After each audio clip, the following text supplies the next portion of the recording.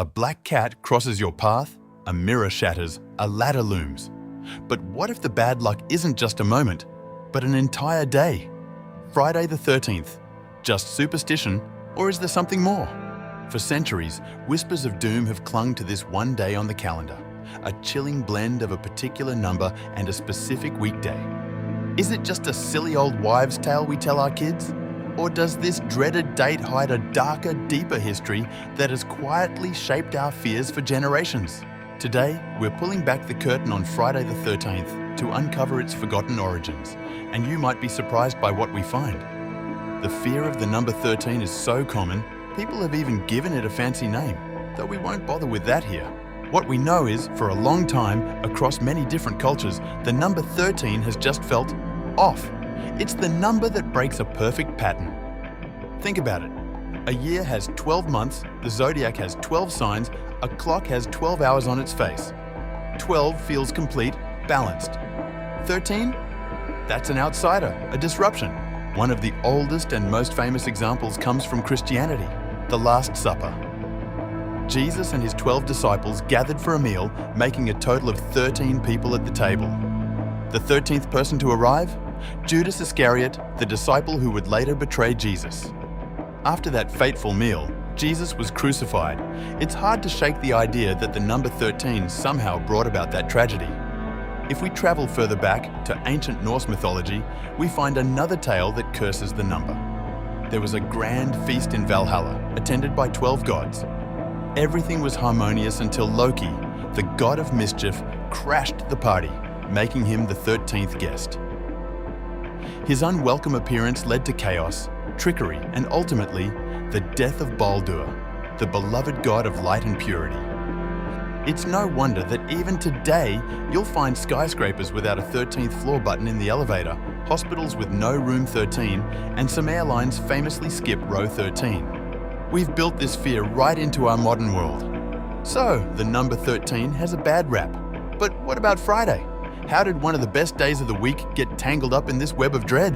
Turns out, Friday has been getting a bad rap for centuries, long before it ever teamed up with the number 13. For a significant part of history, especially in Western cultures influenced by Christianity, Friday was seen as a day of sorrow and ill omens. Again, much of this goes back to religious beliefs. The crucifixion of Jesus, a pivotal and tragic event in Christian theology, happened on a Friday, Good Friday, as it's known.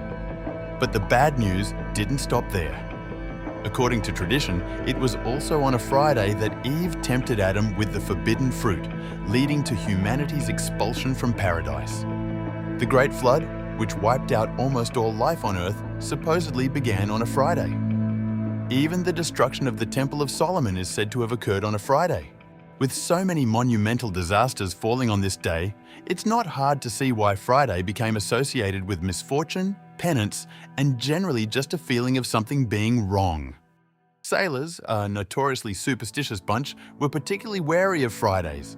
It was an unwritten rule that you absolutely, under no circumstances, started a voyage on a Friday.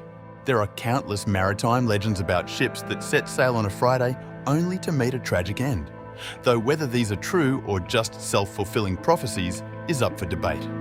In England, Friday was even known as Hangman's Day because that's when public executions often took place. Imagine trying to get anything done when the day itself feels like a dark cloud hanging over your head. Now, here's where the two unlucky elements truly collide, giving birth to the specific fear of Friday the 13th as we know it today. This theory takes us back to a precise moment in history, Friday, October 13th, 1307. This was the day that marked the downfall of one of the most powerful, mysterious, and wealthy organizations of the Middle Ages, the Knights Templar. For nearly 2 centuries, the Knights Templar had been the elite warrior monks of the Crusades, protecting pilgrims and amassing immense wealth and influence across Europe. They basically invented modern banking.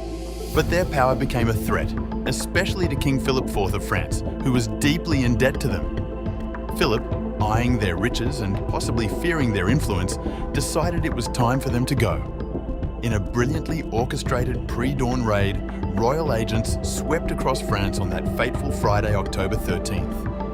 Thousands of Templars, from humble foot soldiers to the most senior leaders, were arrested simultaneously. They were accused of heresy, idolatry, spitting on the cross, and other outrageous crimes, often under brutal torture. Their Grand Master, Jacques de Molay, was among them. 7 years later, as he was being burned at the stake, de Molay famously cursed King Philip IV and Pope Clement V, saying they would meet him before God's judgment within the year. Both the king and the Pope died within months of his curse. This dramatic, horrifying event, where an entire powerful order was systematically destroyed on a specific Friday the 13th, is often cited as the real historical genesis of the superstition. The story of the Templars' demise, combined with the existing unease around the number 13 and the day Friday, created a potent cocktail of fear that has simmered in our collective consciousness for centuries. It's a dark stain on history that many believe still casts a shadow today. While the historical roots are deep, it's undeniable that modern pop culture has played a huge role in cementing Friday the 13th as a day of dread in our minds. For many, the first thing that comes to mind isn't a historical event, but a hockey-masked killer named Jason Voorhees. The Friday the 13th movie franchise, which kicked off in 1980, didn't just capitalize on the existing superstition, it amplified it and made it a global phenomenon. Jason, stalking teenagers at Camp Crystal Lake, turned the date into a guaranteed day of terror for an entire generation. These films and the dozens of sequels and remakes that followed burned the image of Friday the 13th as a day of unstoppable horror into our collective imagination. Back in 1907, an American businessman named Thomas W. Lawson wrote a novel titled Friday the 13th, about a stockbroker who intentionally manipulates the stock market on that very day, causing widespread panic and financial ruin.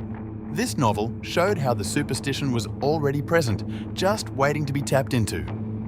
Beyond books and blockbuster movies, you'll see references to Friday the 13th everywhere.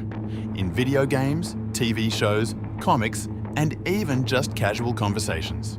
These portrayals, whether for a quick scare or a deeper plot, constantly reinforce the idea that something bad, something eerie, is just waiting to happen when the calendar hits that specific date. It means that even if you don't truly believe in the superstition, the constant cultural reminders make you, at least subconsciously, a little more careful, a little more aware when Friday the 13th rolls around.